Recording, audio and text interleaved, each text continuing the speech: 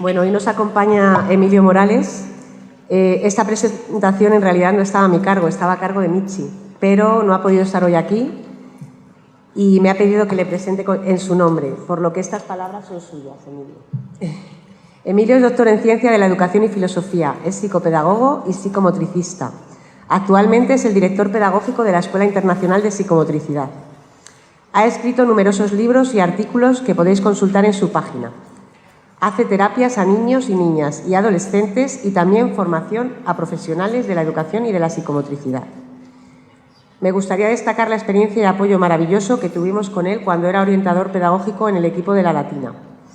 Fue tan cercano, buen profesional y empático con nuestras dificultades que llegó a ser un soporte súper importante en la escuela. Posteriormente realizamos una formación con él en otra nueva escuela y supuso ser un elemento básico para sentar las bases de un muy buen equipo. Seguro que hoy igualmente nos aportará datos y estrategias para conseguir que nuestros equipos encuentren, como él dice, un paisaje iluminado en donde, ya caída la máscara, los personajes se conviertan en personas. Y estos equipos nuestros nos apoyen, nos ayuden a crecer y nos cuiden para así poder cuidar a nuestras criaturas. Emilio, bienvenido y gracias por compartir con nosotras tu saber. Muchas gracias.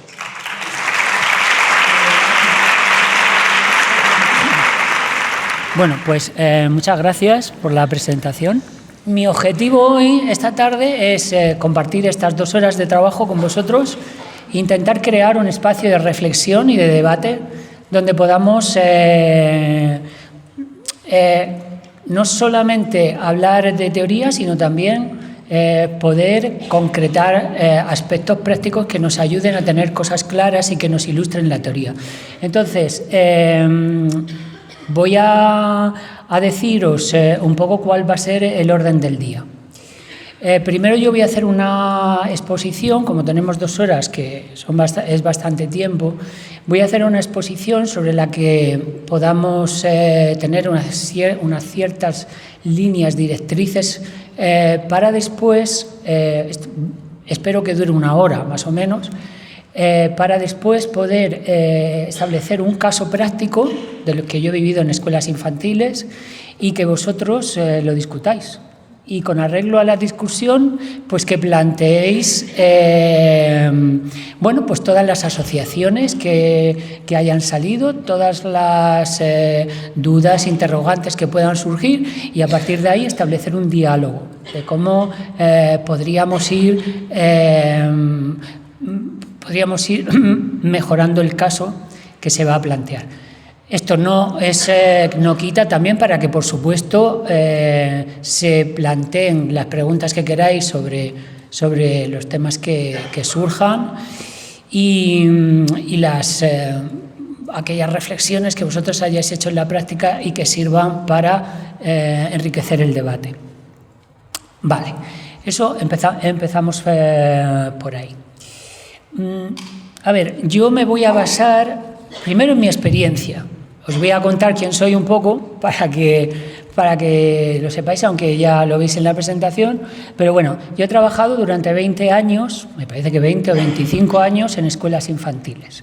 O sea, conozco muy bien el terreno, he estado trabajando como asesor dentro de los equipos multiprofesionales de atención temprana.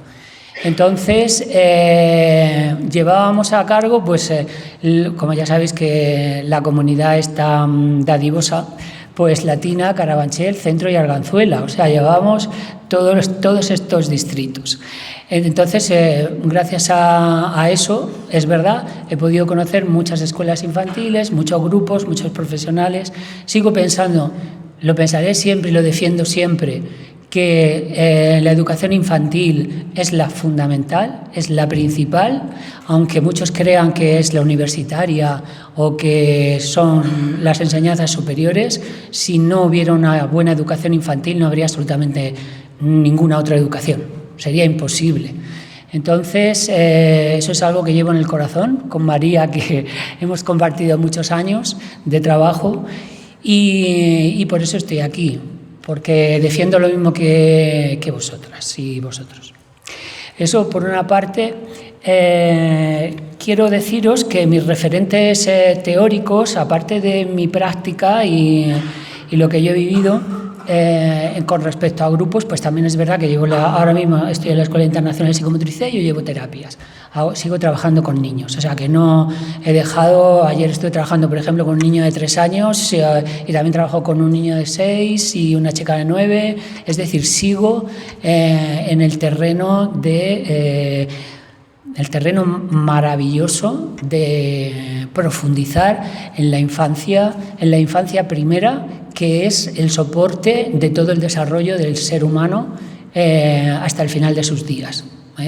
Y eso es que lo tengo clarísimo porque, gracias a Dios, también he tenido la experiencia de recorrer diacrónicamente todas las etapas en mi trabajo, hasta incluso personas ancianas y mayores, y he visto la infancia en todos los lugares y el bebé en todos los sitios.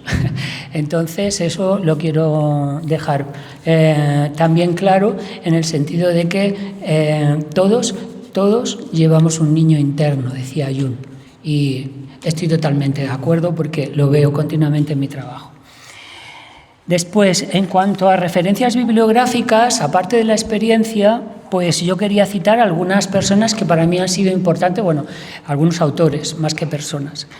Son personas, pero con algunos he tenido la suerte de poder trabajar y con otras personas pues simplemente de leerlo y de estudiarlos. Manuela Utrilla es una psicoanalista de la Escuela Internacional de Psicomotricidad.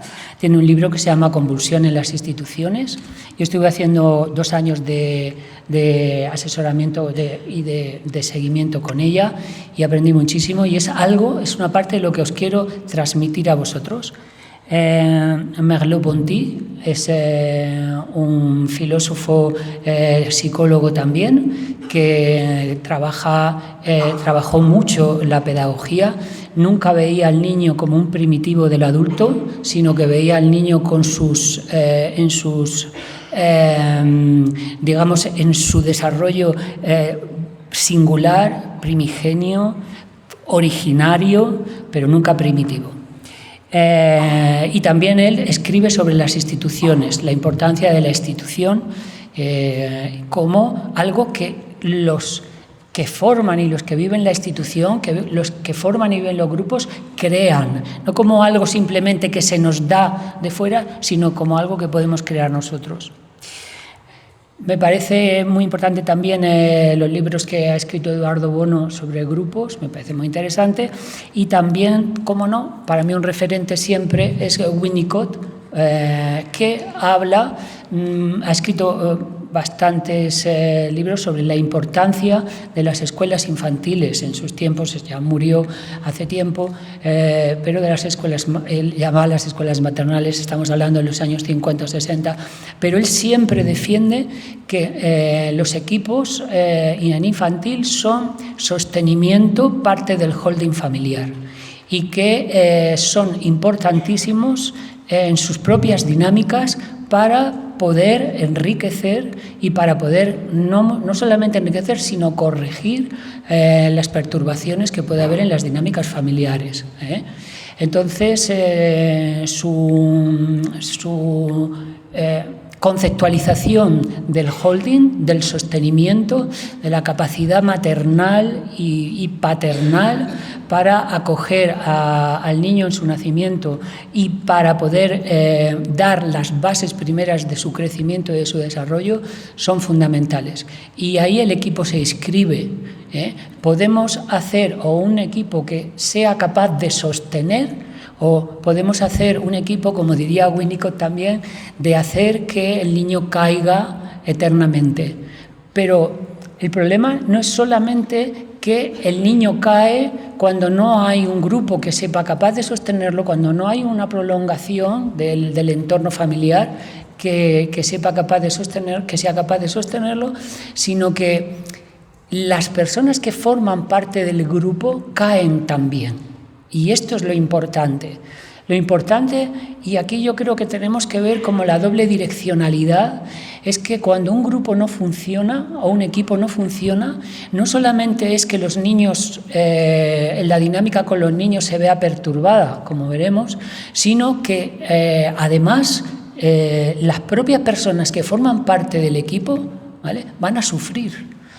Van a verse perturbados por esta dinámica enferma.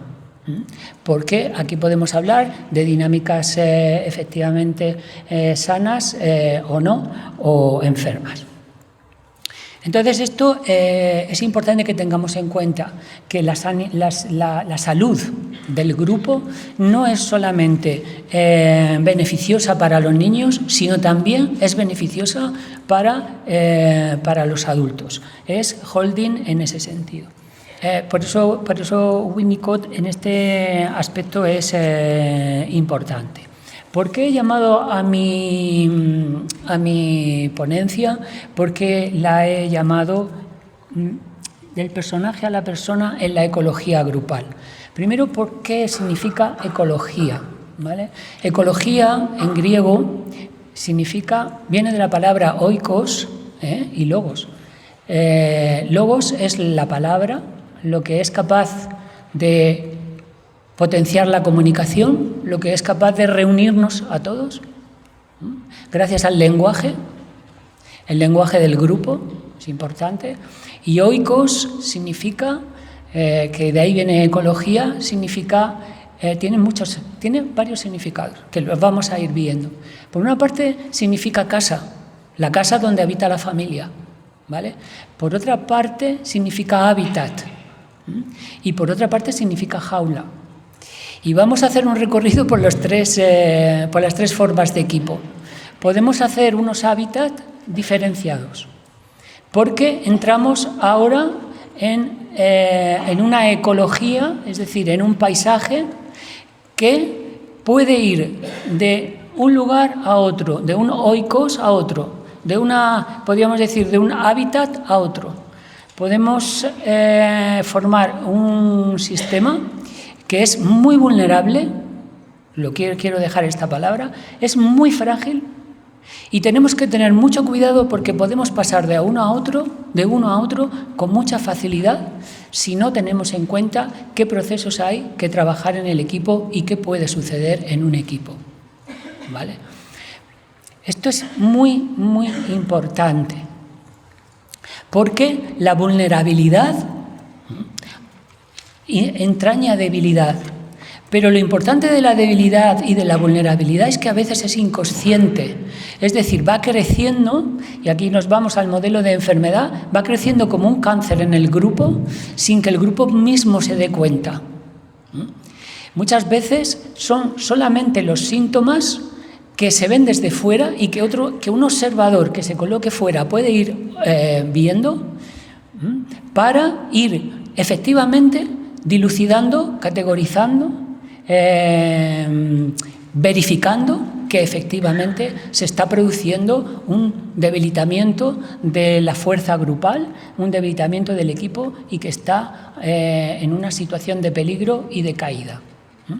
Entonces, el inconsciente en el equipo es importante y tenemos que estar muy alerta porque el inconsciente está muy ligado a la vulnerabilidad.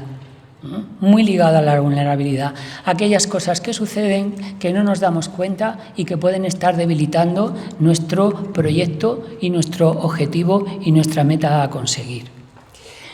Desde ahí nos colocamos entonces vamos a hablar como de tres grandes grupos. El primer grupo, para que me vayáis siguiendo, el primer grupo no es ni siquiera de los personajes, como yo he titulado también la ponencia, ¿no?, del personaje a la persona, ni siquiera es del personaje.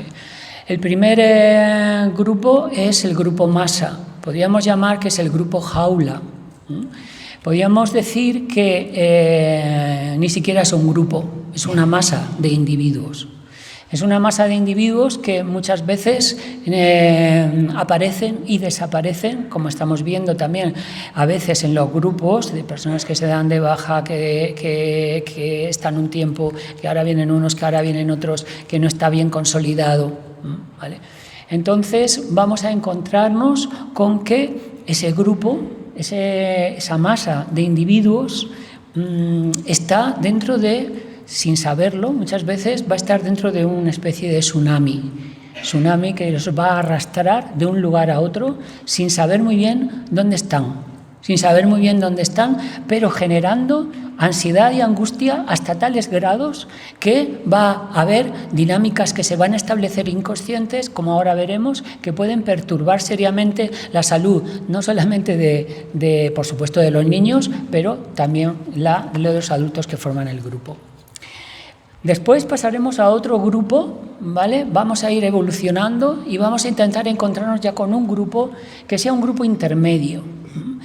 El grupo intermedio es más ya del personaje. El personaje no acaba de ser masa, no acaba de ser individuo, está empezando a tener cierta conciencia de lo que está sucediendo, pero el personaje está enmascarado. Por eso es personaje. Es decir, todavía no se atreve a mostrarse auténticamente, todavía no se atreve a ser y a aparecer y a expresarse. Esta es la expresión, sería la mejor palabra. No es capaz todavía de expresarse abiertamente porque el grupo está en una situación de estrés todavía. Es un grupo intermedio. Podríamos decir que ya no está en un tsunami, pero estaría en una situación de borrasca, donde no se ve claramente la luz, y donde hay muchas posibilidades de ir hacia un lugar o ir hacia otro, de caer o finalmente levantarse. También veremos las peculiaridades de ese grupo intermedio, porque tenemos que estar atentos. Y finalmente vamos a hablar del otro grupo, que ya sería, podríamos decir, el grupo que se instala en un paisaje donde hay luz, donde hay claridad, donde podemos empezar a formar equipo, a considerar que estamos con un equipo. Y cuando estamos en este lugar, que es el equipo, entonces sí que podríamos decir que estamos viendo a las personas. Ya hemos dejado a la masa, nos hemos quitado la máscara de personaje y por fin nos encontramos con la persona, las personas. Entonces, por eso ahí es el recorrido del personaje, o sea, de la masa, digamos, del individuo a la persona. ¿Se queda claro un poco como el itinerario que vamos a seguir en esta exposición? ¿Vale? Bueno, vamos a empezar con el primero. ¿Qué es lo que nos encontramos en un grupo masa? Lo primero que nos encontramos en el grupo masa del que estamos hablando es que no hay, yo diría que es un grupo que no tiene alma. ¿Y qué significa alma? ¿Qué significa tener alma en un grupo? Pues tener alma en un grupo significa que podemos tener unidad. Cuando decimos que un cadáver muere, o sea, un ser humano muere, ha perdido su alma, ha perdido su capacidad, podríamos decir, de coordinarse, de unir los miembros, de andar todos juntos a la vez para llegar a algún lugar, para tener una meta determinada. El individuo que se encuentra perdido en la masa, perdido en este lugar, se encuentra en un lugar donde el alma no existe, donde no hay unidad, donde no hay coordinación, donde hay desanimación, podemos llamar. Y cuando hay desanimación, cuando no hay alma que revitalice, cuando no hay alma que vitalice a los individuos, se produce algo que es bastante problemático y que es grave, que se llama despersonalización. Aparece la despersonalización. Y la despersonalización es muy grave. ¿Por qué es muy grave? Pues porque hay una pérdida de la identidad. Hay una pérdida de quién soy yo, qué es lo que deseo. Incluso dentro de mi vida normal y cotidiana, con las personas con las que me relaciono, con las personas que quiero, con las personas con las que yo estoy todos los días, hay como un desdibujamiento. Es como que si uno se mirase a sí mismo en este grupo masa del que estamos hablando, no se reconocería. No podría llegar a reconocerse como una identidad. ¿Por qué? Porque en la despersonalización se produce el contagio. Y el contagio conlleva que unos a otros van formando un modo de estar, un modo de ser, un modo de darse en el grupo, donde es imposible confiar. Confiar, la confianza, ¿qué significa? Tener fe en el otro, tener fe en que lo que conjuntamente queremos hacer va a seguir adelante, perder la esperanza. No hay esperanza en un grupo desanimado, podríamos decir. Y en esta despersonalización de la que estamos hablando no hay metas, no hay procesos y lo que hay es bastante desorden. No hay estructuras, no hay una estructura clara, ni siquiera hay una estructura, podríamos decir que ni siquiera hay una estructura jerárquica, porque en estos grupos normalmente incluso la jerarquía está desestimada, o sea, es atacada. Es, como acabamos de decir, estaba hablando con María de nuestros antiguos, de nuestros viejos tiempos, ¿no? Cuando llegábamos a la escuela y nos decía, ya hemos echado a 3 directoras. Ya hemos echado a 3 directoras, ¿no? Incluso las jerarquías, incluso lo que se supone que debería ser la autoridad es echada fuera, es expulsada. Tal es el desorden. Parece ser, es como si el desorden conviviera consigo mismo y no quisiera encontrar ningún modo de estructurarse, no quisiera encontrar ninguna forma de poder seguir adelante. Y entonces, ¿qué aparece cuando no hay metas, cuando no hay procesos, cuando hay este desorden, cuando hay esta desunión, cuando no hay alma, cuando el grupo no está animado porque no va hacia ningún sitio, cuando hay la pérdida de identidad de la que estamos hablando, como no hay un deseo realmente, de llevar el grupo adelante, aparece la automatización. ¿Vale? Nos convertimos en seres automáticos que van siguiendo, pues digamos, unos rituales,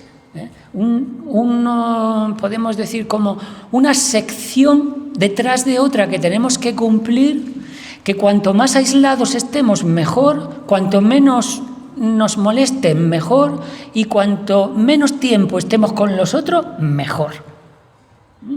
Y entonces lo que queremos es que si hay que cambiar a los niños, pues se les cambia, después de que se les cambia que viene ya el recreo, y después del descanso ya que va a venir la comida, y después cuanto antes pase mejor, porque además cuanto antes me pueda ir de aquí, mejor, ¿no? Hay como una ritualización mecanicista que impide el pensamiento y que lo único que quiere es salir cuanto antes, acabar cuanto antes, ¿no? Porque, claro, ¿por qué sucede esto? Porque la persona inconscientemente siente que está en un lugar insalubre y que tiene que salir de ahí porque su propia salud corre peligro. Pero no estoy hablando solamente de la salud psíquica, de la ansiedad, de no querer ir a trabajar, de la excitación. No estoy hablando solamente de esa. Estoy hablando de la enfermedad física real. De las marañas, de la angustia, de que el cuerpo de alguna manera reacciona diciendo, por favor, voy a ordenarte no volver a ir ahí. Entonces, este proceso de automatización, claro, nos despersonaliza y hace que perdamos nuestra propia identidad. Pero no solamente eso, sino que nos hace regresar a etapas infantiles. A etapas infantiles que no son precisamente etapas sanas, sino que son etapas que, claro, un adulto, sí es verdad que tiene un niño interno, pero es un adulto. No es un niño. Pero cuando no existe un sostén grupal, cuando no existe un sostén de equipo, el adulto regresa. ¿Y cómo regresa a estas etapas infantiles? Pues aparecen movimientos que aparecen realmente del 0 a los 3 años o 4 años, que son justamente las etapas con las que estáis trabajando vosotros. ¿Qué movimientos regresivos son los que aparecen? Bueno, ya hemos hablado de uno, que no es peccata minuta, la pérdida de identidad, la despersonalización, es decir, tener que encontrar al yo. El niño encuentra al yo más o menos al año, o al año 2 meses, cuando ya empieza a decir cuántos añitos tienes y cómo te llamas y dice su nombre, y ya empieza ya a identificarse como el yo. Fijaros, estamos hablando de cuando hablamos de una desidentificación del grupo, estamos hablando como si estuviéramos en un grupo, en un niño de 1 año. Pero es que aparece otro fenómeno que es la envidia. Me parece la envidia. ¿Y por qué aparece la envidia? Pues aparece la envidia porque, mirad, en la envidia nunca se da, siempre se recibe. Nunca se da. Siempre se tiene envidia de lo que el otro tiene. Y uno quisiera recibirlo, pero no da. Necesita recibir, pero no da. Y en el grupo enfermo no se da. No se da, pero se exige. Se pide continuamente. Es que tendría que haber hecho esto y no lo hizo. Es que tendría que haber dicho y no lo dijo. Es que tendría que haber hecho y no lo hizo. Y volvemos a encontrarnos con una sensación de que siempre el otro es el que mejor está y yo siempre soy el que pierde, ¿no? Entonces necesito recibir pero nunca recibo. Siempre hay una sensación como de envidia. Pero hay otro elemento importante que aparece. La envidia es, fijaros que frente a la envidia estaría en el otro lugar, si nos vamos al grupo de la persona, o sea, efectivamente aparecería la gratitud. Justamente el extremo de la envidia es la gratitud. El grupo que está en el otro extremo, que todavía no me estoy refiriendo a él, pero que es el de las personas, ahí hay gratitud. Gratitud a lo que el otro ofrece, gratitud a lo que el otro da, gratitud a lo que el otro aporta. Pero en este tipo de grupos todavía no. ¿Vale? Y aparece otra cosa más que son los celos, que esto aparece más tarde, aparece alrededor de los 3 años, en los niños pequeños. Y en los celos, ¿qué es lo que hay? En los celos está la posesión, la necesidad de poseer y de dominar al otro. La necesidad de manipular al otro para que el otro haga lo que tú quieres. Los niños de 3 años, que quieren estar en la mesa, que quieren comer las mismas comidas, que quieren ser como el papá, que quieren ser como la mamá, que quieren estar ahí en el centro de todo. Nunca, pero esto siempre es como muy desde lo inconsciente, ¿eh? Y si al sujeto realmente se le dijera, venga, pues haz, diría, no. Y se iría, porque el miedo funciona muchísimo en estos grupos. El temor, porque hay una gran desconfianza. Tenemos los celos, la envidia, tenemos los procesos de desidentificación, todo esto lleva al automatismo, y entonces a partir de aquí aparece algo que es sumamente peligroso, ¿vale? ¿Y qué es? 2 cosas que yo creo que son importantes. Aparece la paranoia. Nos sentimos siempre atacados por el otro. Sentimos que el otro siempre va a estar contra nosotros. Y esa sensación de persecución, esa sensación de que estamos en un grupo que se persigue el uno al otro, incapaz de llegar a acuerdos, incapaz de hablar entre ellos, que prefiere, como hemos dicho, el aislamiento, que todo es lo que viene después y cuanto antes podamos salir mejor. Es que esto es imposible, me quiero ir. Siempre me dicen lo mismo, ¿vale? Entonces llegamos a una situación, entonces, donde aparece lo irracional. ¿Y qué conlleva lo irracional? Pues mirad, lo irracional conlleva normalmente a creencias que damos por reales, pero que son fantasías. Los padres de antes educaban mejor a sus hijos, por ejemplo.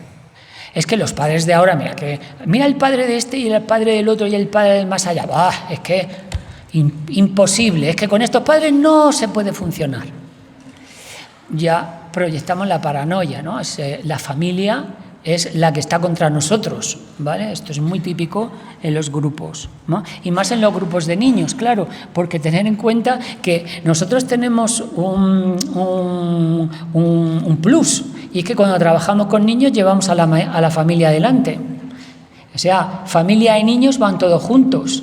Cuando tú estás viendo a un niño, realmente lo que hace el niño es muchas veces espejo de lo que la familia está viviendo, de sus celos también, pero también de sus dinámicas, de las dinámicas familiares, ¿no? Si los niños están en un momento, por ejemplo, que familiarmente, por ejemplo, tienen un hermanito y aparecen los celos, todo eso lo vamos a vivir también nosotros en el grupo entre los niños, pero también lo vamos a vivir en la angustia, la ansiedad de los padres, la excitación con la que vienen, las demandas que nos hacen, y entonces vamos a tener que vivir los padres y los niños a la vez. Y entonces muy fácilmente podemos convertir a los padres en elementos paranoicos, en elementos que nos persiguen. Otra creencia irracional son los extremos, ¿no? Todos están contra mí. Todos están contra mí. No hay nadie que se salve. Aquí en este equipo, la verdad es que yo no puedo hacer nada porque de verdad es que haga lo que haga, me ponen siempre pegas, me dicen siempre que lo estoy haciendo mal, y aquí mejor, pues lo que hablábamos antes, cuanto antes me pueda ir mejor. Y después aparecen creencias que también son muy importantes, que son los estereotipos, las etiquetas. ¿Cómo es cada uno? Es que este siempre ya sabes que nunca está cuando le llamas. Nunca colabora. Bueno, ya está, ya se ha ido. Mira, ahora mismo está el cambio que necesitaría que estuviera, ha desaparecido. ¿Vale? En los momentos, y la comida, madre mía, ahora tengo que dar de comer a los otros niños, ¿y dónde está el apoyo a todos los niños? Yo no puedo, ¿y dónde estabas? Y es que me he tenido que ir al baño, me ha dolido la cabeza, siempre aparece ahí un poco como esta sensación de que el otro, pues es que realmente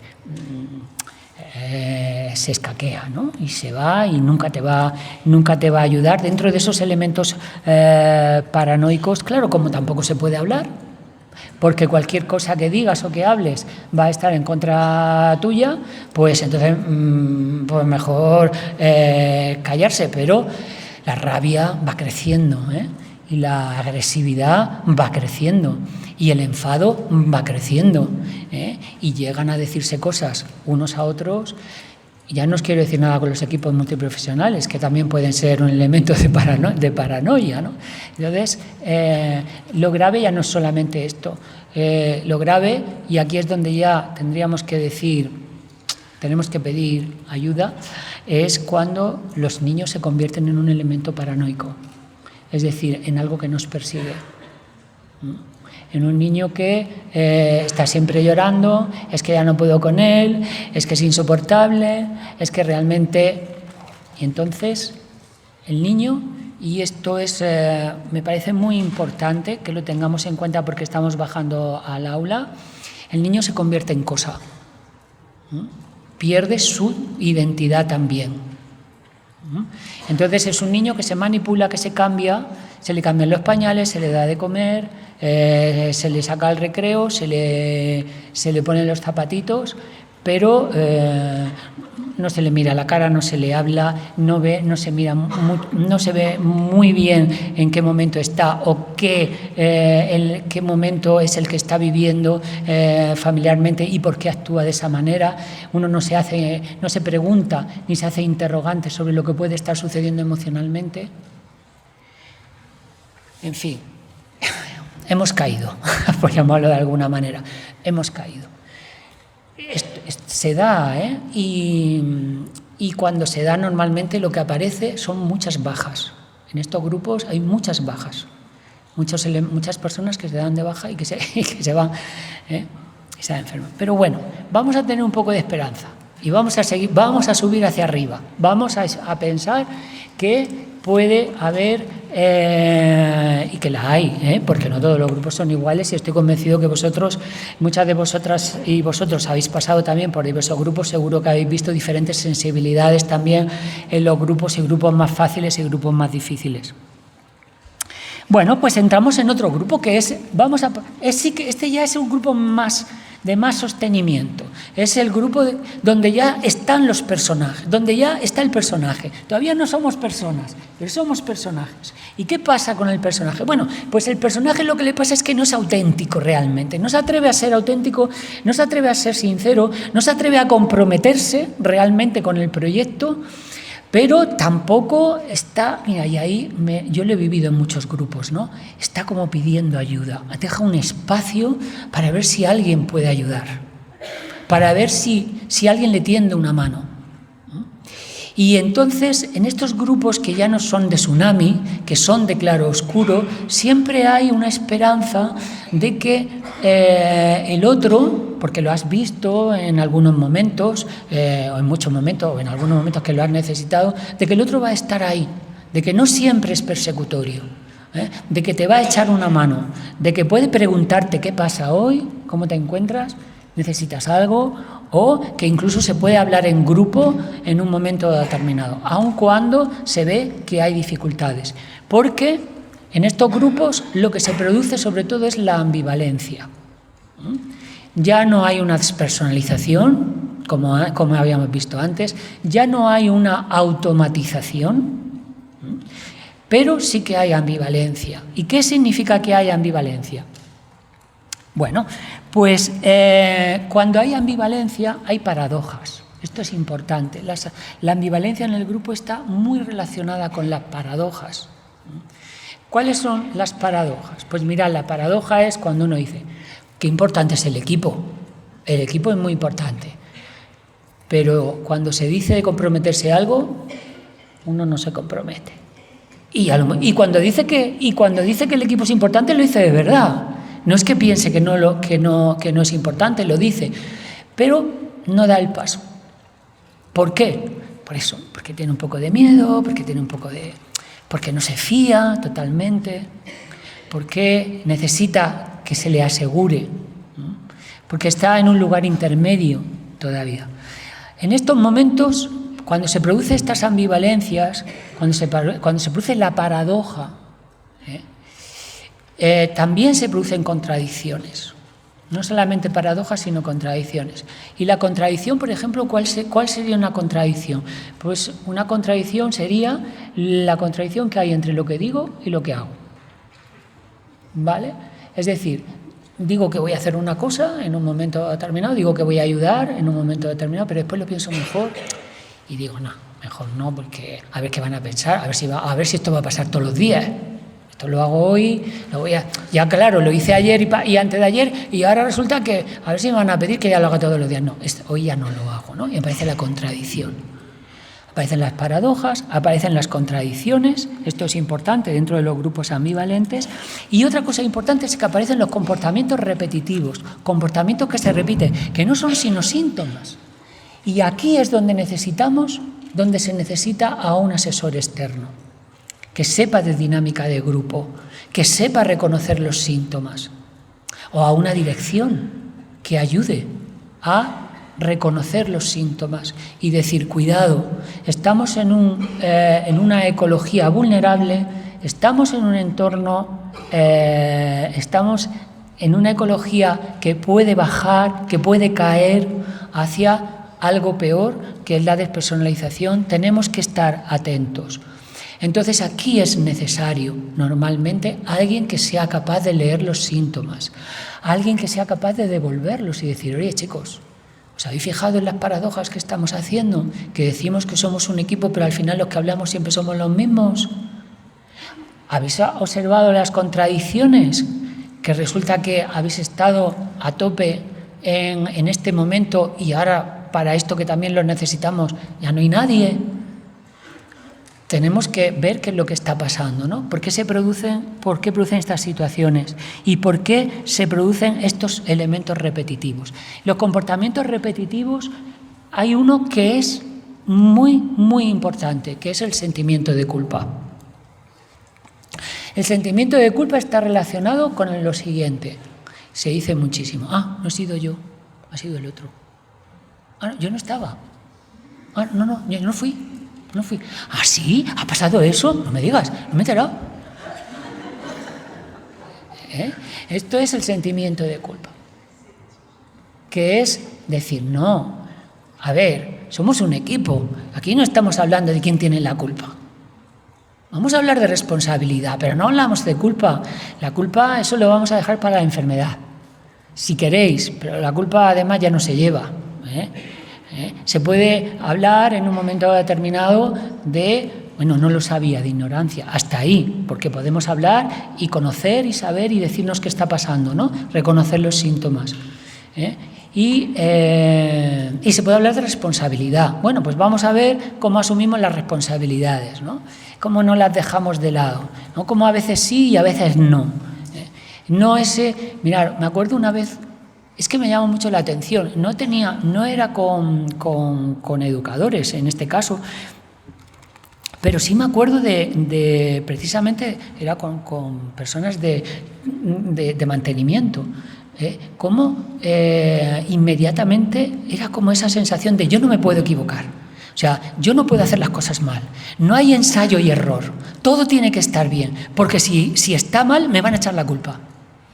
Y este es uno de los grandes problemas de los grupos estos ambivalentes, y es que no aceptan que el error y el ensayo está instalado en nosotros como seres humanos. Podemos equivocarnos, pero eso no significa que no se pueda seguir adelante. Eso no significa que no se pueda volver otra vez a recuperar el camino y a ver en dónde se ha fallado.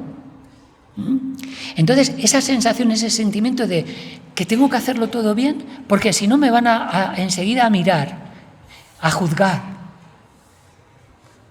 Esto es muy importante, porque lo llevamos inscrito en el alma. Yo tenía un profesor que me decía, déjate la culpa, no sirve para nada, la culpa no sirve para nada, haz lo que tienes que hacer y ya está, hazlo. No te plantees, me voy para atrás, me voy para adelante, he sido yo, no ha sido el otro, no. Y esto, claro, también es muy importante desde los equipos directivos. Ahora lo veremos. No buscar culpables, sino ver qué es lo que está fallando en el proceso, en el intercambio grupal. Porque os quiero decir también una cosa que es importante y que no debemos de olvidar. El grupo es una persona. El grupo actúa como una persona. ¿Qué quiere decir esto? Quiere decir que tiene su propia manera de ser, su propio estilo de moverse, de dinamizarse, de actuar. Por eso se llama el cuerpo grupal. Porque al grupo hay que tratarlo como al cuerpo. Perdón, aquí entra la psicomotricidad un poco. Pero ¿por qué hay que trabajar al grupo como el cuerpo? Pues bueno, pues porque hay que abrazarle, hay que tenerlo en cuenta, no hay que competir para ver quién llega a una meta mejor, sino que lo que hay que hacer es coordinarse y colaborar en todos como hacen los miembros del cuerpo, ¿no? Y como dice Winnicott en el holding, ¿no? Tenemos que sostenerlo. Al grupo hay que sostenerlo. hay que vigilarlo en el buen sentido. Mirar, en el tsunami, en el grupo masa, hay hipervigilancia. Y continua hipervigilancia, a ver por dónde me van a venir los golpes. Y aparece, como hemos dicho, la paranoia. Y se actúa desde el que primero golpea mejor. En el grupo intermedio no. En el grupo intermedio, como hemos dicho, se deja un espacio al otro, se confía en que todavía se puede cambiar. Y entonces entramos ya en este grupo, que es el grupo, podemos decir, ya no solamente del personaje, sino de la persona. La persona, efectivamente, es aquella que ayer estaba trabajando con ya es un joven, y me decía, bueno, es que cuando yo, pues no voy a contar aquí el caso, simplemente me decía en un momento determinado, bueno, yo es que, soy muy indiferente ante las relaciones, porque si no me interesa, y digo, ¿y si te interesa? ¿Qué es lo que ofreces? ¿Qué es lo que das? Y dice, doy a mi persona. Digo, jolines, qué interesante, me gusta mucho eso, doy a mi persona. Esto es el tercer grupo, doy a mi persona. Y vamos a ver eso que conlleva. Pues el educar como personas conlleva que tenemos metas, que esto es importante, que tenemos procesos. ¿Cuál es la meta? La meta, desde luego, aquí está claro, es educar a los niños. ¿Pero qué es educar? Mirad, en griego es muy interesante, la palabra educar, ¿sabéis cómo se dice? Tiene una raíz muy parecida a nutrir, que tiene mucho que ver con lo que hacemos nosotros cuando damos de comer a los niños, ahora que lo estoy pensando.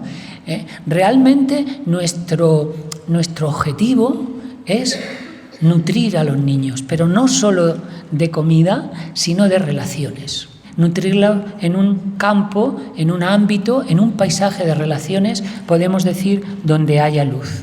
¿Qué es lo que hace el facilitador que hemos visto antes, que es capaz de leer el síntoma, que ese es uno de sus objetivos? ¿Qué es capaz de hacer? Esto es importante, aparte de leer el síntoma. Mirad, un facilitador tendría que crear un código moral de protección al grupo.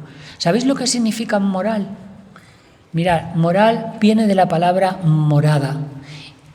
¿Y sabéis qué significa en su raíz griega? Tiene una connotación con la palabra ethos, que es ética también, que viene de ahí la palabra ética. Pero en su origen anterior, es donde se escondían los animales para protegerse de los que venían de los peligros del entorno. Qué interesante, ¿no? Crear un código moral en el grupo, que el grupo sea un lugar donde protegerse del entorno. Que el grupo pueda ser un sitio en donde protegerme de los animales feroces que hay fuera. Y donde encuentre ese sostenimiento capaz de hacerlo. Eso es uno de los objetivos del facilitador, llamarlo el director, el asesor, pero también del grupo entero. Y, por supuesto, facilitar la expresión emocional individual. Esto es algo que se olvida normalmente en el grupo. El grupo, es verdad, tiene su propio cuerpo, tiene su propia dinámica, pero está formado por personas.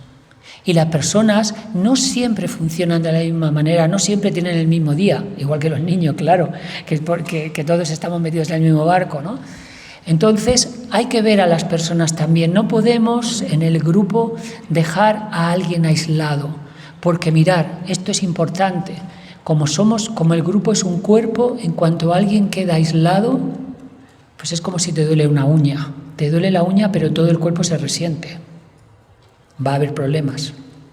Hay que intentar acoger y de alguna manera contener a aquellas personas que dentro del grupo se dan, no vamos a ser ingenuos, que tienen más dificultades para vivirse en equipo, para vivirse como equipo.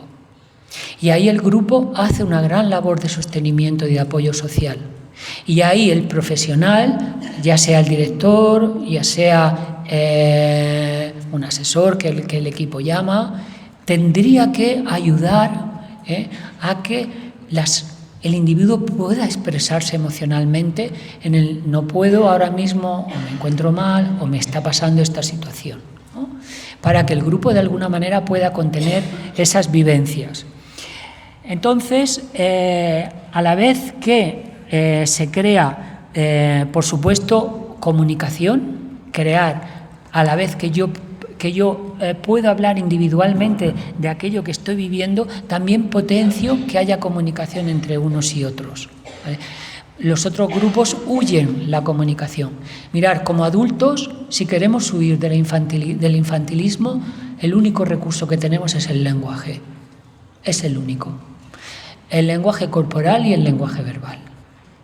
El lenguaje corporal para mirar, para sonreír, para aceptar, para llorar en un momento determinado si se necesita, y también el lenguaje verbal para dar mensajes positivos al otro y dar mensajes positivos al grupo, para no negativizar. Yo no puedo, yo no sé, esto no va a ninguna parte, siempre estamos en el mismo sitio.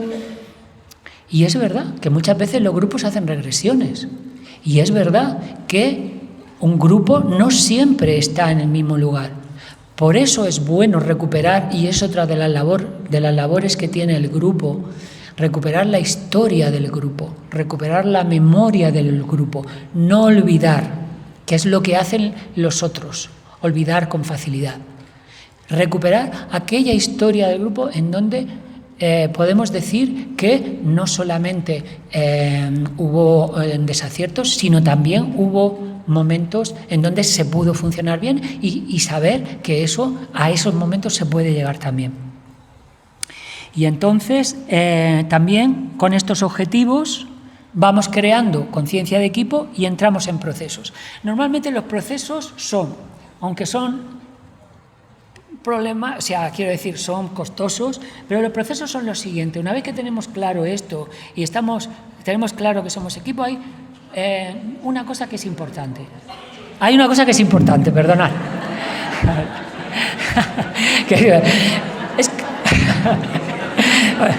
Bueno, es que tengo la sensación de que estoy en mi casa, por eso me pongo.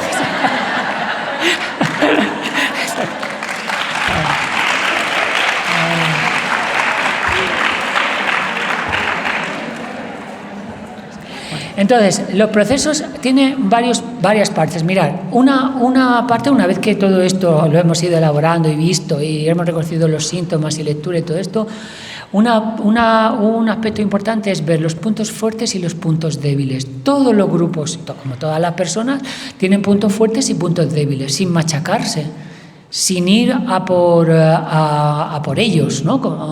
Como a por los errores, como si fuera algo de lo que no se puede salir, ¿no? Sino siendo consciente de que siempre hay puntos fuertes y puntos débiles. Después, otra parte del proceso, no me puedo parar aquí mucho, pero bueno, lo digo un poco así ligera. Otra parte del proceso sería también categorizar esos puntos fuertes y esos puntos débiles, porque hay puntos, o sea, hay categorías que se refieren a la alimentación, o hay categorías que se refieren a la relación con los niños, o a la relación con el grupo, o a la relación con la administración. Entonces hay que categorizar. Una vez que se categoriza, hay que priorizar, ver cuáles son los más importantes. Es decir, y qué recursos tenemos de espacio, tiempo, personal, también es importante, ¿eh? Y priorizar las dos cosas, porque no podemos empezar priorizando aquello que es más difícil. Tenemos que empezar por lo más facilito, por aquello que podemos ir consiguiendo con facilidad. ¿Para qué? Pues para ir reforzando esa fortaleza del grupo. Esto ya lo hemos conseguido, esto ya está pasado. Pero alguien que recuerde que se ha conseguido, ¿eh? No, se consiguió, se olvidó y parece que no hemos hecho nada. No, alguien que diga, oye, esto lo hicimos, ¿vale? Aquí mejoramos las comidas y aquí mejoramos la salida o las excursiones. Esto lo hicimos. También podemos hacer otras cosas. Y una vez que se ha categorizado, una vez que se ha priorizado, pues hay que ver efectivamente qué recursos. Y después, dentro de eso, hay que ver los roles. Es decir, que dentro de lo que hay que hacer, ¿quiénes se sienten más capacitados para hacer una cosa o para hacer otra? ¿Quiénes sienten que podrían hacer algo con relación a eso que de tiempo, de espacio, de dedicación, de responsabilidad. Y aquellas personas, esto ahí sí que el grupo tiene que tener lo que se llama la misericordia. En aquellas personas que vierais que no es el momento o que no están en el momento, darles un espacio, un lugar. Ya sé, es difícil, ya sé, siempre son los mismos, y ya lo sé, se repite, lo sé, todo esto lo sé, pero si no se hace, de verdad, el grupo acaba enloqueciendo, porque es muy importante. Como cuerpo, una parte del grupo es el grupo. Esto es importante. Siempre vamos a encontrarnos una persona que lleva su mochila. ¿Vale? Entonces, quiero deciros una cosa, es que aquí cuando hablo de loco significa locus, y locus significa lugar. Es el que ha perdido su lugar, ¿vale? El que todavía no ha encontrado su lugar. Y el grupo tiene que darle su lugar. Aunque sea simplemente estamos aquí. Ahí es muy importante. Yo me acuerdo de grandes directoras que siempre le han dado un lugar a las personas más vulnerables. Siempre. No quiero mirar a nadie. Pero sí, me acuerdo también, bueno, de Gloria, de Gloria Chaval, del Títeres, por ejemplo. Un amor. Entonces siempre daba un lugar a alguien. Entonces eso hacía que todo el mundo quisiera que fuera la directora, ¿no? Porque todo el mundo se sentía ahí acogido, ¿no? Solamente voy a acabar para que veamos hasta qué punto esto es importante o perjudicial, diciendo que en el grupo 1 el niño es invisible, es un niño cosa. Podríamos definirlo como un efecto colateral de la guerra. El grupo está en guerra y un efecto colateral que tenemos es el niño. Por no decir otras cosas que ya no voy a mover. Grupo 2, como hay inseguridad en el grupo, ¿vale? El niño normalmente vive la inseguridad, la inestabilidad, no sabe qué se va a encontrar. Y como no sabe qué se va a encontrar, normalmente va a estar enfadado. Van a aparecer las rabietas, van a aparecer los llantos, ¿vale? Va a aparecer la negación. Y sobre todo va a aparecer una cosa que hacen los niños muy bien, es ver la cara del adulto para ver cómo viene. Y en función de cómo venga, se tranquiliza o se relaja. Pero fijaros bien que esta manera de venir no es que yo coja al niño y le diga ¡ay, qué guapo que eres! Ya estamos aquí otra vez, qué bonito. No solamente eso, que también está en la mirada, en la sonrisa, en el gesto, en la capacidad de contención del niño, en cuando se le reconoce la ropa que trae, cuando se le reconocen aquellos objetos nuevos que ha incorporado de la familia, cuando se le reconoce una actividad nueva que no hacía antes, cuando se ve que hace actividades más tiempo de lo que hacía antes, cuando se ve que el niño ese que estaba solitario está empezando a jugar con otros niños, aunque sea simplemente lanzándose una pelota, y ahí está el adulto. No está mirando hacia otro lugar, no está pendiente de dónde está el otro, ¿no? Sino que está pendiente de dónde está el niño. En ese sentido, el niño siempre va a estar expectante, pero claro, tener en cuenta, son niños pequeños. Lo peor que puede vivir un niño es la inestabilidad y la inseguridad, porque los hace un poco como impredecibles, es que no saben qué va a pasar y van a estar nerviosos. Pero eso también va a pasar en el grupo. Los niños van a estar igual que el grupo. Esto es importante. Y en un grupo, sin embargo, que sea del tercer grupo, pues los niños van a estar confiados. ¿Y qué significa que van a estar confiados? Que juegan libremente. Un niño que juega libremente, cuando estamos, decía Winnicott, cuando estamos en el grupo, es un niño que crea. Y un niño que es creador, un niño que es creativo, es un niño que confía. Mirad una cosa, los niños confían hasta tal punto que tú puedes tener un día malo, o 2, o 3, o 4, pero ellos saben que es un día. ¿Por qué saben que es un día? Porque hay algo que les dice que eso es producto de un día, que normalmente tú no estás así. ¿Vale? Entonces, fijaros qué diferencia del niño que llora, el niño con rabietas, el niño enfadado, o el niño inestable, el niño que no sabe, al niño que juega y crea. Y esto es lo que diría Winnicott. Cuando un niño crea, está sano. Cuando un grupo crea, está sano. Bueno, y aquí se acaba la exposición. Vamos a pasar al caso, ¿vale?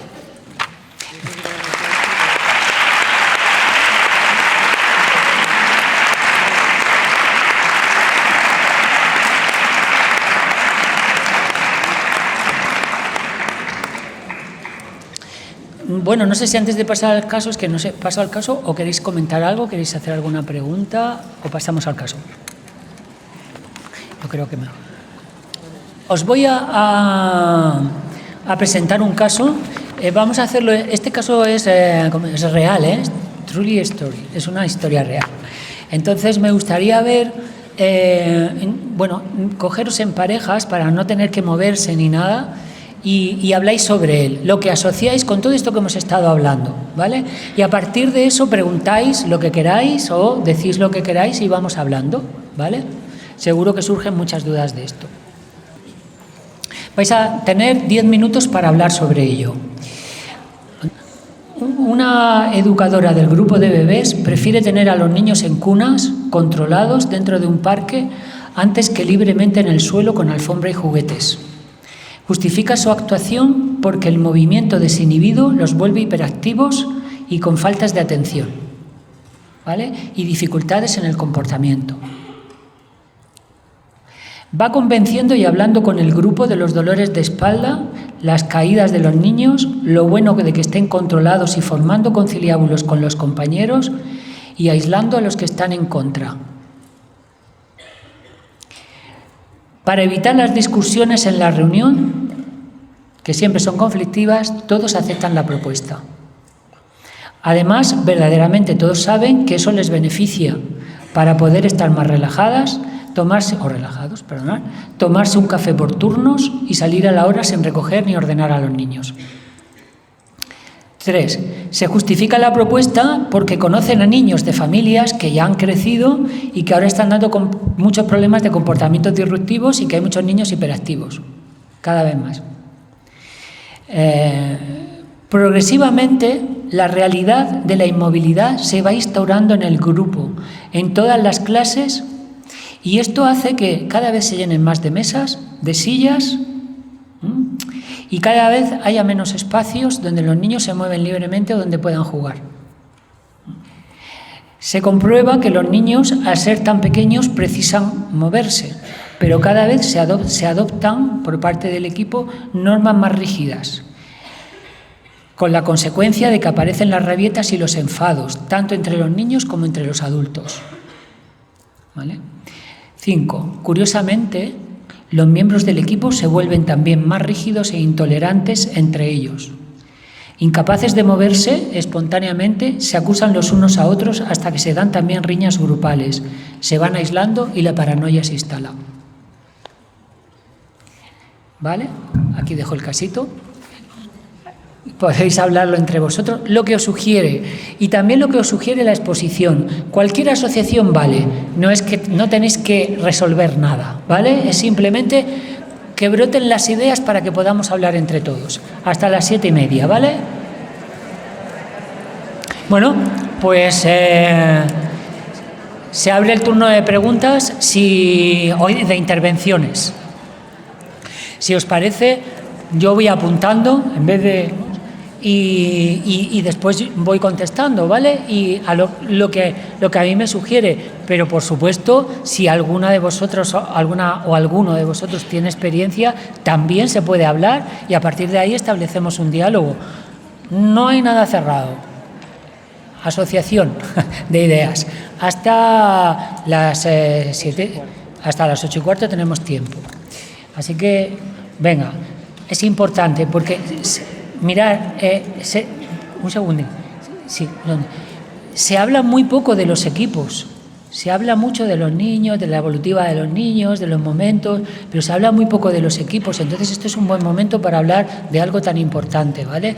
En España necesitamos hablar de los equipos porque a veces somos muy individualistas y necesitamos saber cómo funcionar en equipo. Por eso es importante que participemos. Vale. Tú querías hablar, ¿no? Nada, queríamos hacerte la pregunta de saber desde qué punto partía el grupo. Si era una masa, era un intermedio o ya un grupo afianzado. Porque has dicho que había parte que se dividió, que se fue contagiando. Entonces no sabemos si era el punto intermedio, que es más inestable, o era un grupo bueno que al final, al tener una persona enferma, fue contagiando al grupo. Sí. Bueno, ¿te puedo contestar ahora eso? No. Pues era un grupo intermedio, pero estaba a punto de convertirse en un grupo masa. Muy a punto. Hola, Emilio. A ver, nosotros hemos partido de la base de que era un grupo 2, sí, pero que iba abocado al 1 directamente. Sí. Y nos preguntábamos el papel que tenía el resto del grupo y sobre todo la dirección. ¿Vale?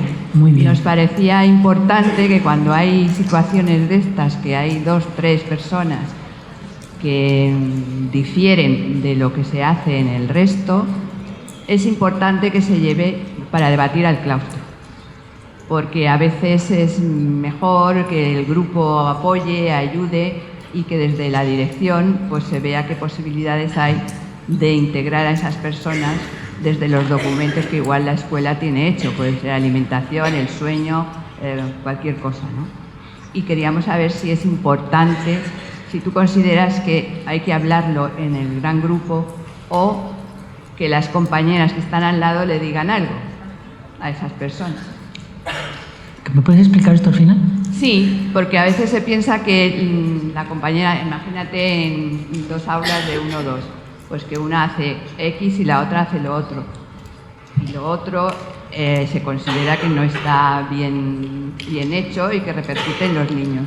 Entonces, sí es mejor que la compañera de al lado le diga, oye, esto es mejor tener estos criterios con los niños, o quizá para no significarse tanto esa educadora que se lleve al gran grupo en el claustro.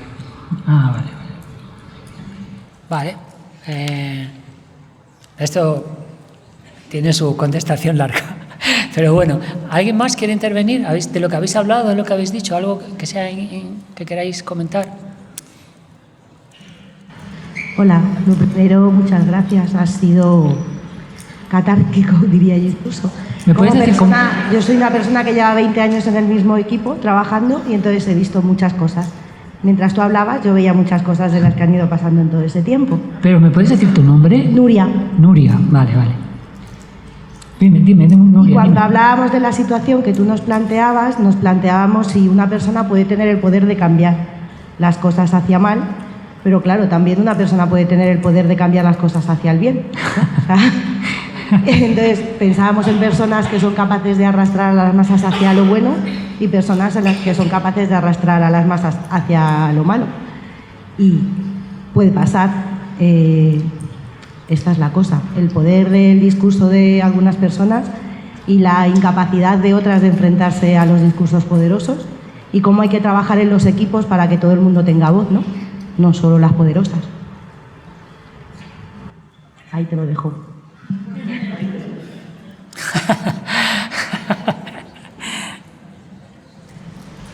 Muy bien, muchas gracias. Hola. Hola. Yo me llamo Jara. ¿Cómo? ¿Juana? Jara. Vale, perdón. Nosotras nos planteábamos, claro, que esto al final, ¿no? Esta negligencia por parte de la escuela de privar de movimiento a estos niños y niñas, es cierto que una persona puede llegar a tener mucha influencia, pero también hasta qué punto tiene poder, por así decirlo, ¿no? Por decir poder dentro de la escuela, o cómo puede manejar tanto a un grupo como para llevarlo llevar a todas esas educadoras y educadores a su terreno y sobre todo como ya no culpa, ¿no?, sino responsabilidad, como comentabas, por parte de dirección de permitir esta conducta, ¿no? O sea, al final, si esta dinámica se estaba realizando dentro de la escuela y durante mucho tiempo y es una metodología que priva de una necesidad básica a la infancia, ¿cómo puede ser que la dirección del centro permita que se lleve a cabo, que no ponga un límite en este caso y desde el claustro o a pequeña escala no se permita esta conducta a esta persona o las personas que lo estén llevando a cabo, por mucha influencia que pueda tener esta educadora dentro de la metodología, ¿no?, de la escuela? Mi pregunta es si esta situación se da en un grupo 3, se inicia, pero se cortaría. Entonces mi pregunta es eso, ¿se cortaría y en qué momento? O sea, ¿cuándo? Y si sería en claustro, en una reunión con la dirección con esa persona, no sé, ¿cómo se haría? Vale. Hola. Hola. Yo me llamo Rosa. Yo plantearía el que, bueno, en alguna reunión se viera cómo estamos ayudando al desarrollo corporal de los niños. O sea, esa persona, y se supone que las demás, en alguna reunión se podía plantear con esas acciones que se han llegado a tomar, cómo ellas ven que se puede desarrollar el niño, su desarrollo corporal. O sea, ¿qué es lo que está aprendiendo el niño cuando tú lo pones en la cuna? Las respuestas, o sea, se les tiene, porque parece que nada más es desde fuera. Vamos, está clarísimo que lo que está priorizando es su comodidad. Es la comodidad de la educadora, que es bastante fácil a algunas familias hacerles ver que la tranquilidad, la seguridad, el niño está más seguro, niños que han podido tener, más en esa edad, ha podido haber mordiscos, los mordiscos en esas edades, en el 1, en el 2, cuando están descubriendo y explorando, pues suele darse. Entonces puede encontrar a familias, pues naturalmente, que les parezca muy bien que su niño está seguro, su niño está limpito, su niño come, su niño descansa, le pones música y está tranquilo. Pero me parece que tendría que verbalizar en alguna reunión cómo piensan que están favoreciendo el desarrollo corporal del niño, la interacción, la exploración, cómo se puede con esas acciones que hacen, ¿no? Ajá. Hola, buenas tardes. Mi nombre es Silvia. Hola, y Silvia. vengo junto con mis compañeras de la Escuela Infantil Prado Alto de Brunete. Y es verdad que en los equipos, pues nosotras últimamente sí que reflexionamos sobre nuestra tarea y nuestro rol en el rol que tiene cada una en el equipo.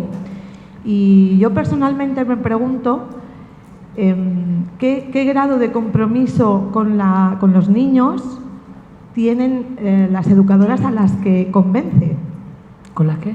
A las educadoras que convence. Esta educadora, Sí, sí. la de la mochila,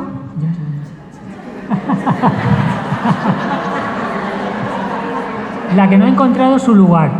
Vamos a decirlo, la que no ha encontrado su lugar. bueno, lo de loquita está muy bien. A ver, que todas y todos hemos trabajado con alguna loquita y no pasa nada. Quiero decir que para eso estamos nosotras, ¿no?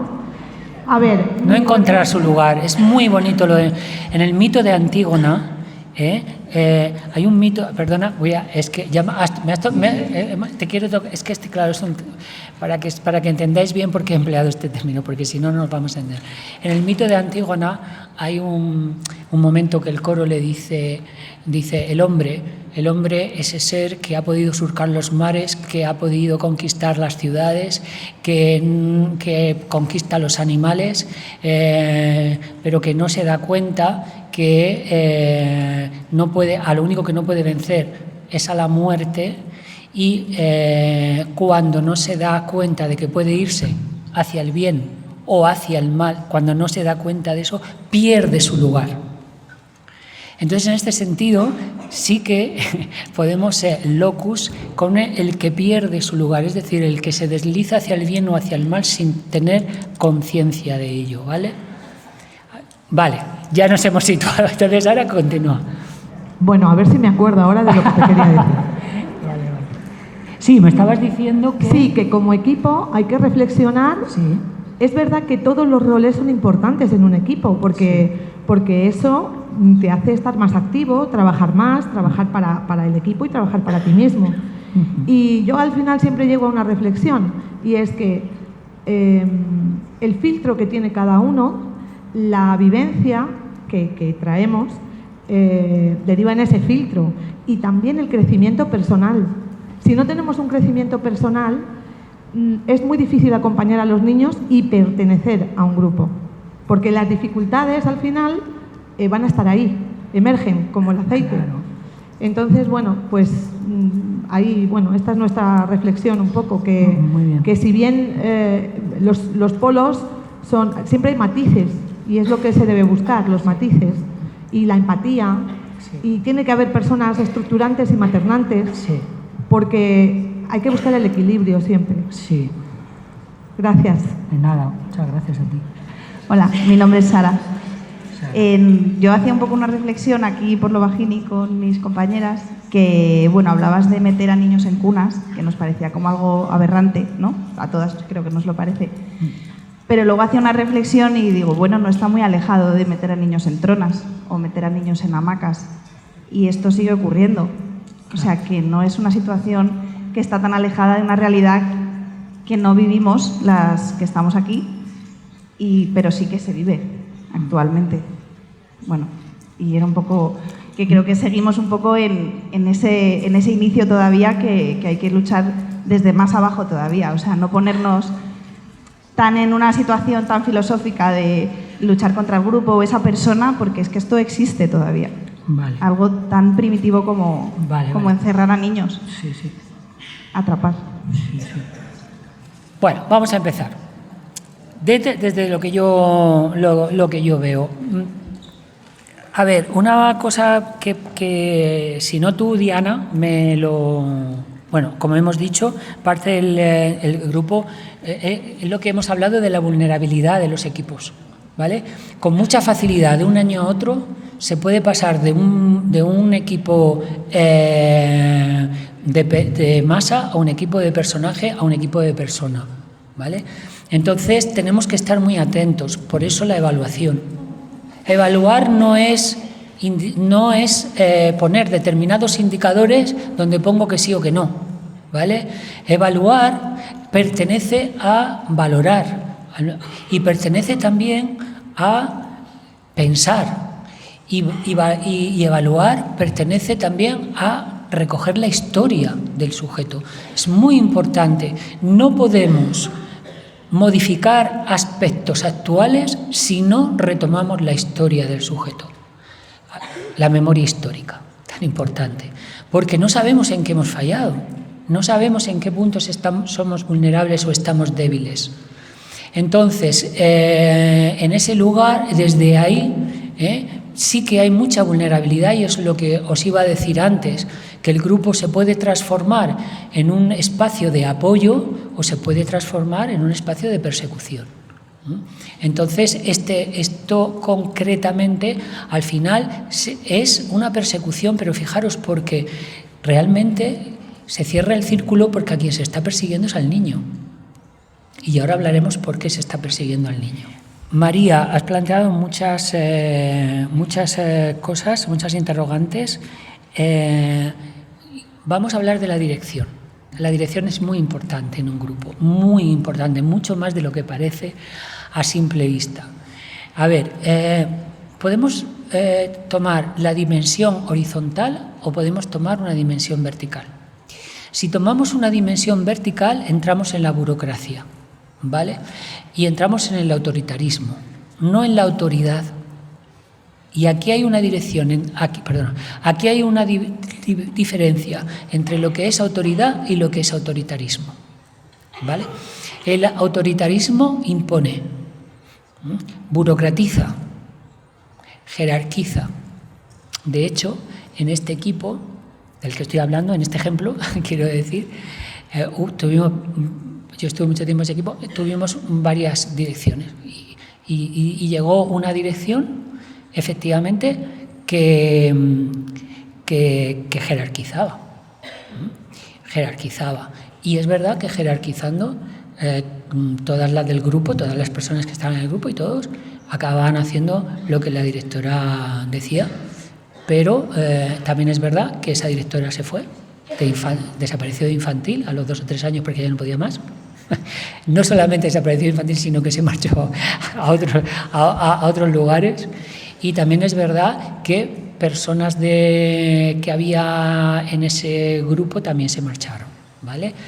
O se jubilan previamente o intentan escapar de alguna manera, o se enferman. Sin embargo, también hubo otras direcciones que no fueron así, que fueron direcciones mucho más conciliadoras, que tienen autoridad. Amigo, ¿qué es la autoridad? La autoridad es cuando el otro confía en que sabes de lo que estás hablando. Es decir, estás dirigiendo un grupo de niños, de adultos que actúan sobre niños, pero sabes de adultos y sabes de niños. Y el equipo lo sabe, enseguida lo sabe. Y entonces se calla. Pero hay que demostrar que tienes autoridad. O sea, hay que demostrar que sabes. Entonces, tú haces eso es lo primero que quiero decir. Posición vertical, posición horizontal, dirección que tiene autoridad, dirección que es autoritaria. No tiene nada que ver. ¿Por qué? Porque en los grupos, cuando hay una sola persona en la que se puede confiar, también hay partes del grupo que inmediatamente van a protegerse con la persona que tiene autoridad. No todo el grupo, no siempre todos los grupos, todo el mundo tiene su mochila, pero no siempre todos no saben dónde está su mochila, sino que hay gente que sí que sabe dónde está. El director tiene que saber ayudarse de esa gente, no para imponer, desde luego, sino para apoyarse, porque el director se siente muy solo muchas veces. Si no encuentra un apoyo dentro del grupo, es posible que acabe yéndose, porque son átomos que no se pueden juntar nunca, que están disgregados siempre. Y entonces tiene que buscar el apoyo del grupo, que es un poco lo que tú dices, y el apoyo de los elementos que de alguna manera están de acuerdo con esa visión dentro de la autoridad, no el autoritarismo que tú tienes o que tiene el director. Y después, eso es importante, pero es muy importante también, muy importante, que todas las personas sientan que son escuchadas, que todas son escuchadas. Y también, en mi experiencia, es muy importante que no negativices a la persona. Nunca se le puede decir a una persona, solo hay cosas negativas. No, siempre hay algo positivo que la persona tiene y que hay que rescatar. Porque si tú negativizas a la persona, te estás convirtiendo en el grupo, ya no tienes autoridad. Yo, en mi experiencia de grupos y de orientación a grupos, incluso en los casos más difíciles, siempre intentaba rescatar lo positivo. Y después, hay más cosas, hay más cosas dentro de la dirección. Lo voy a llamar el miedo, pero no es el director el que tiene el miedo, que también lo puede tener, por supuesto, pero hay muchas personas dentro de los grupos, yo eso me he dado cuenta, esto es una experiencia mía personal, de que tienen miedo a determinadas cosas del grupo, a determinadas cosas que pueden suceder, por ejemplo, las familias. Y sentir ahí el apoyo, es decir, no te preocupes, yo voy a estar allí, yo te ayudo, esta familia es complicada, es difícil, o está en un momento difícil, pero yo estoy ahí. Y ir haciendo que la persona sienta que en sus dificultades, en sus miedos, en sus temores, tú estás también. Y yo he encontrado que en las relaciones con familia hay un elemento que es necesario, el apoyo, ¿vale? Y después también es necesario el apoyo. Claro, cada persona lleva su mochila y también yo me he dado cuenta en mi experiencia que no le puedes pedir a las personas cosas que ellas no pueden dar, ni puedes decirles verdades que ellas no pueden escuchar. Esto forma parte de la autoridad, no del autoritarismo, ¿vale? Entonces, desde ahí tienes que trabajar siempre desde lo positivo y ayudarte, evidentemente, de todas aquellas partes que pueden ir haciendo. Normalmente lo que sucede es que las personas que son con más dificultades, si esto se va logrando, van como, por lo menos no interfiriendo. ¿Por qué? Porque se dan cuenta de que tienen a gente con autoridad al lado, ¿vale? Y poco a poco se puede ir aprendiendo y cambiando y modificando actitudes, dentro de lo difícil que esto es, claro. Yo, en mi labor de orientación, he sentido claramente que el apoyo a la dirección es fundamental. Es fundamental, porque se sienten muy solos muchas veces. Entonces, bueno, pero también he visto que es verdad que muchas veces hay directores que no tienen autoridad, que tienen autoritarismo. Entonces eso es importante. Nuria, tú dices, una persona puede cambiar las cosas sola y has dicho, puede hacer que todo sea mal o que todo sea bien. A ver, yo creo que ese planteamiento en sí ya es un poco estereotipado. El mal y el bien en sí no existen, o sea, son extremos. No podemos pensar en términos de bien o mal, porque entonces o negativizamos o todo es maravilloso y ninguna cosa ni otra. Vamos a pensar que nos vamos a encontrar siempre cosas que tenemos que mejorar. Y que una persona puede negativizar un grupo totalmente y puede llevarlo al mal, por llamarlo de alguna manera. Pues si las demás personas tienen a alguien que les ayude de donde estamos viendo a ir viendo otras perspectivas y otras maneras de verlo, quizás podamos equilibrar. No es cuestión de malo o bien, decían los griegos. Eso me parece que sí muy interesante. Es cuestión de ignorancia. Entonces tenemos que ayudar a través de la formación cada vez más, como estamos haciendo aquí, a que seamos cada vez menos ignorantes de qué es un niño, de qué repercusiones emocionales tiene en el niño el adulto, qué es ser adulto, y también qué es en un momento determinado funcionar en equipo. Todas estas cosas tenemos que formarnos, porque a veces somos ignorantes en todas estas cosas y no son fáciles, se pueden llevar muchos años. Entonces hay personas que a veces actúan con ignorancia. Y desde ahí los que pueden ayudar a formar, pero no desde el autoritarismo, sino de él un poco ir ampliando un espacio de formación es importante. Por eso lo del bien y el mal, eso es juicio, eso es olvidarse. Ahora hablaremos de otra cosa de la que quiero hablar. Jara, es verdad que las personas adquieren poderes en este tipo de grupos porque hacen favores y muchas veces no hacen favores personales, no hacen favores al grupo. ¿vale?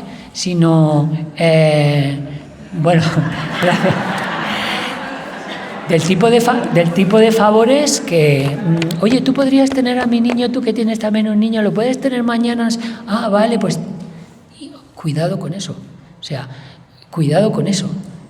¿Dónde estamos en lo personal y lo profesional? Son campos totalmente diferentes.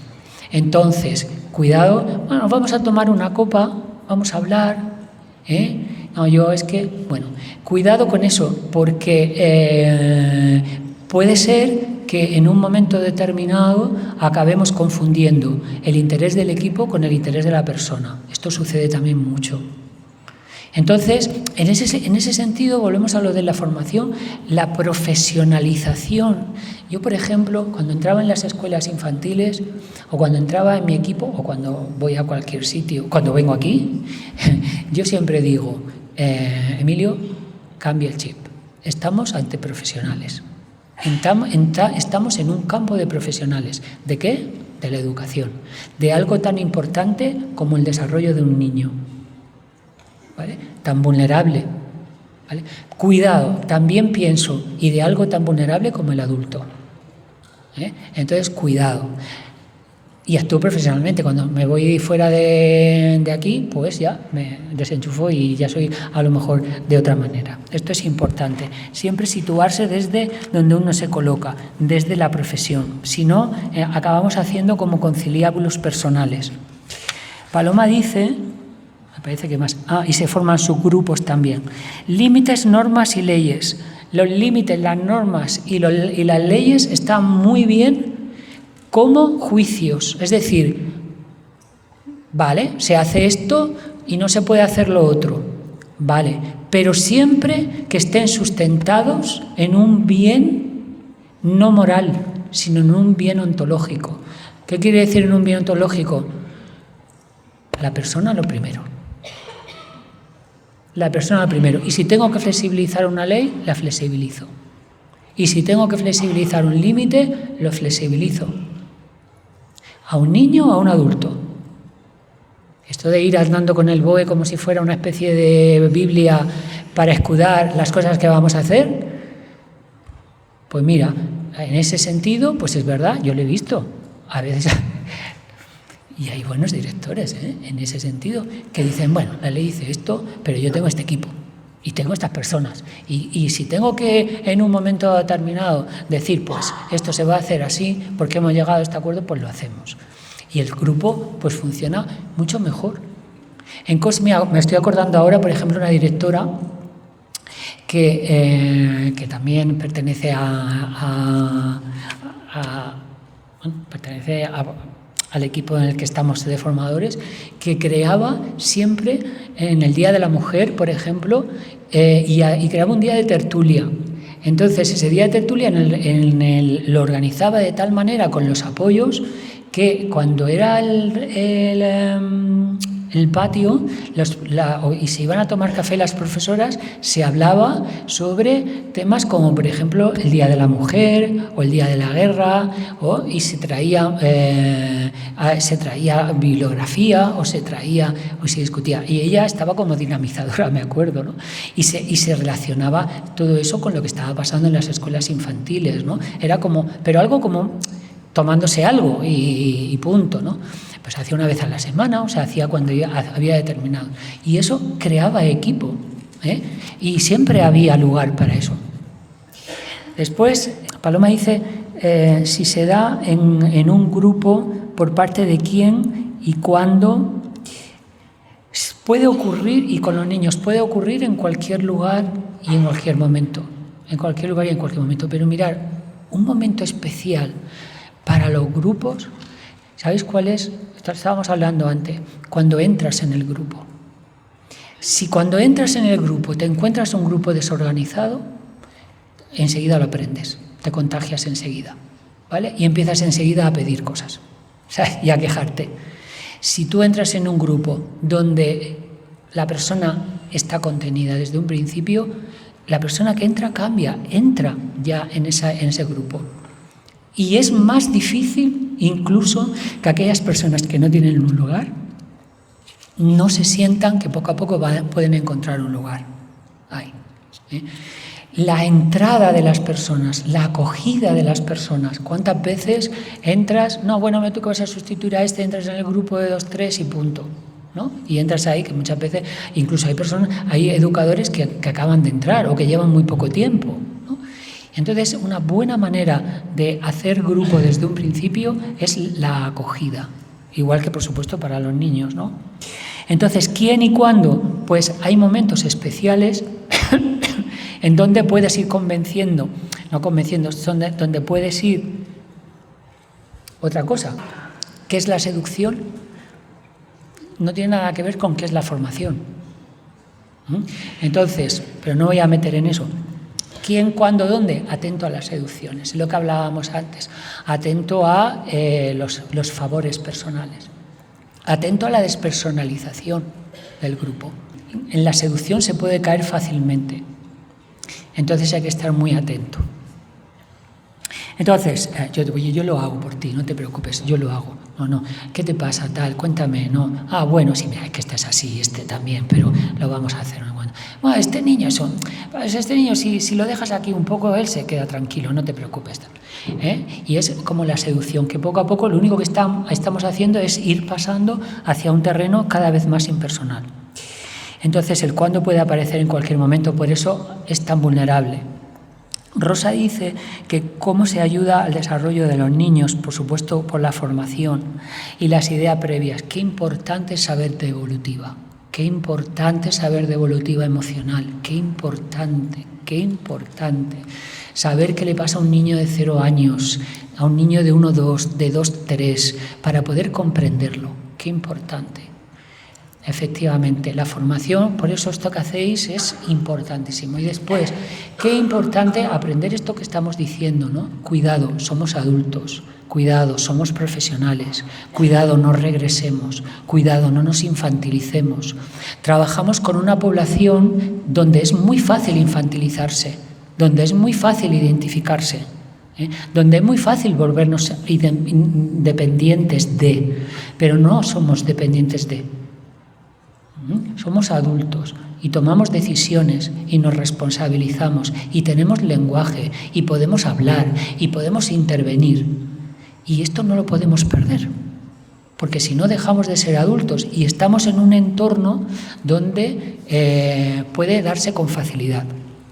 Entonces, la formación en este sentido es muy importante y conocer bien qué es lo que los niños sufren o cómo viven. Bueno, y esto ya tiene mucho que ver con lo que estaba hablando Sara de la trona y la inmovilidad.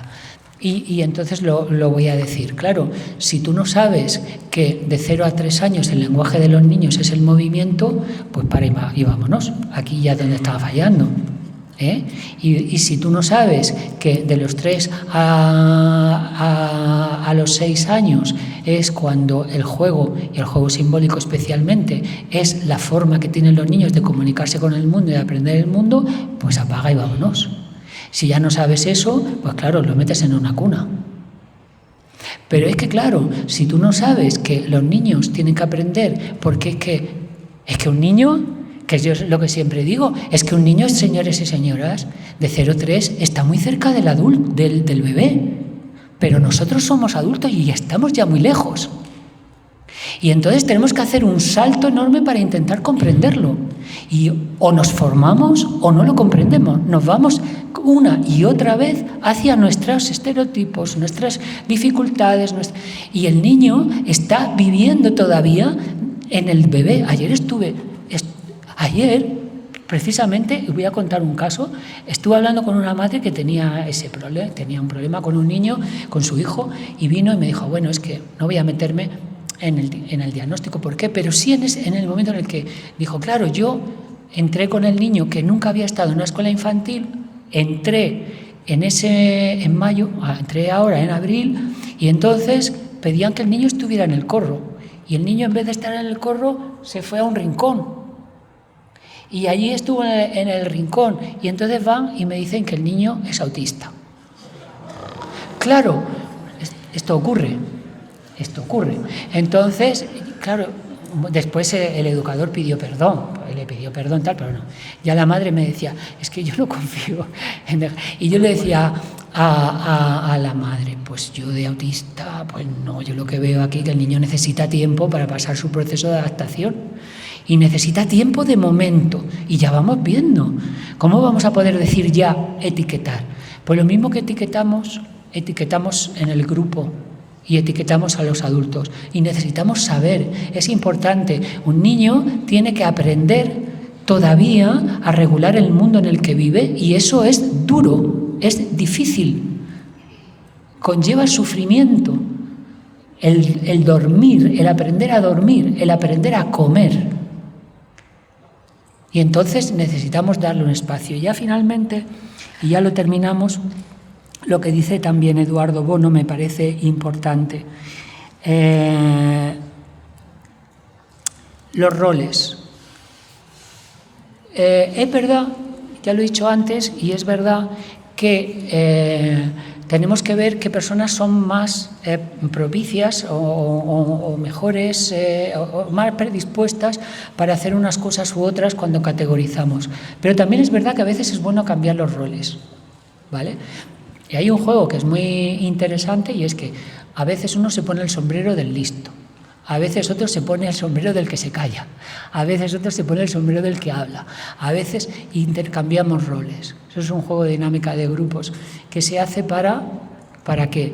Pues para que las personas aprendan que todos podemos participar en un momento determinado en el grupo y que todos podemos participar en el grupo, ¿vale? Pero no se os olvide, y ya terminamos con esto, una cosa. El grupo es un cuerpo, es un cuerpo. Si una uña se duele todo el cuerpo, ¿vale? Entonces tenemos que cuidar hasta la uña. Y aquí acabo.